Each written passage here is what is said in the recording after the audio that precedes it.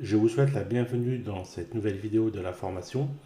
Donc du coup là, avant d'aller plus loin avec l'interface d'administration WordPress que nous avons créée avec ThemeCloud, je voudrais également vous présenter un autre hébergeur qui est très connu, qui est One and One Yonos, qui propose également un hébergement web très bien.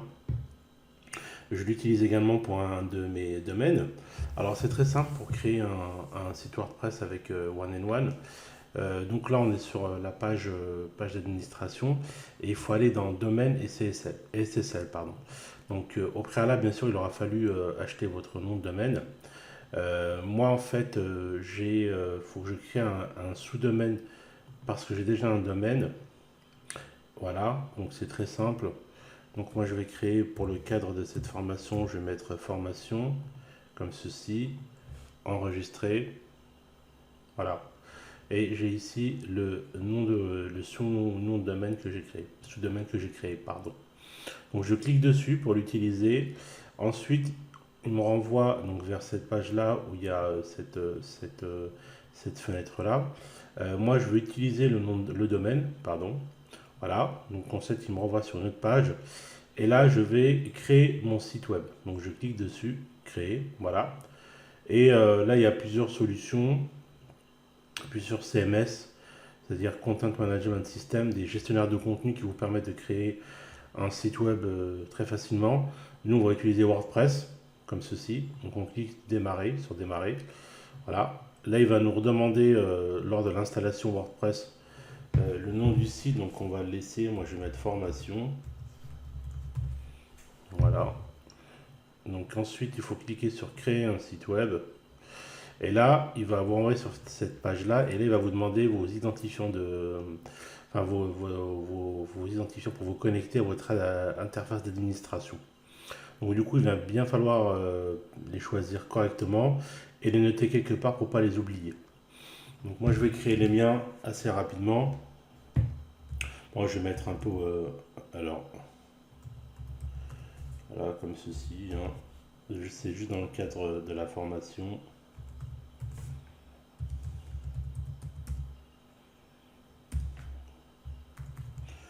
Voilà, alors.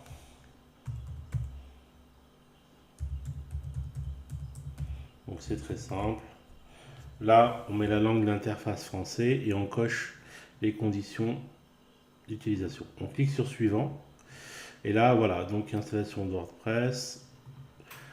Alors, donc il y a deux types, enfin vous pouvez choisir deux manières de gérer WordPress. Donc moi personnellement je préfère celle-ci pour suivre avec WordPress. C'est plus simple, mais après tout dépend, vous pouvez également cliquer là-dessus. Ça change rien sauf que vous aurez en fait une sorte d'aide intuitive pour gérer les rubriques tout simplement. Mais voilà. Moi je clique là-dessus, poursuivre avec WordPress.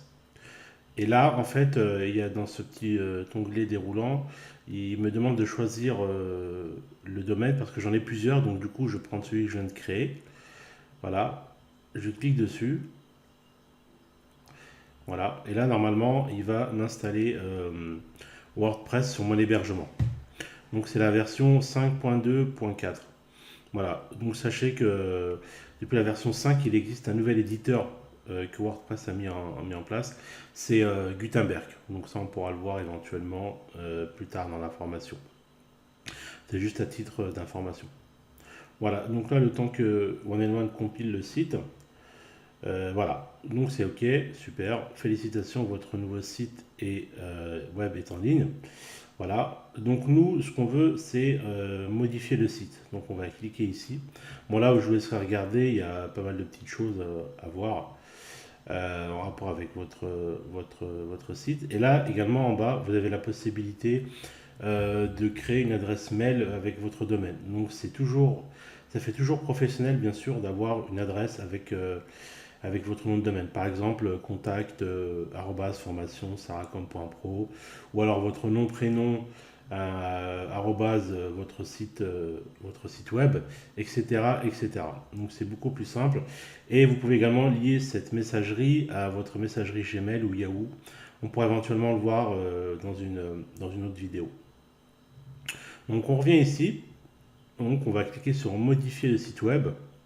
Voilà, et là il va nous rediriger en fait voilà, vers la page de connexion Alors moi, il m'a mis automatiquement les identifiants. J'espère que c'est les bons. Non, c'est pas les bons. Alors, donc, je vais faire ça comme ça. Hop.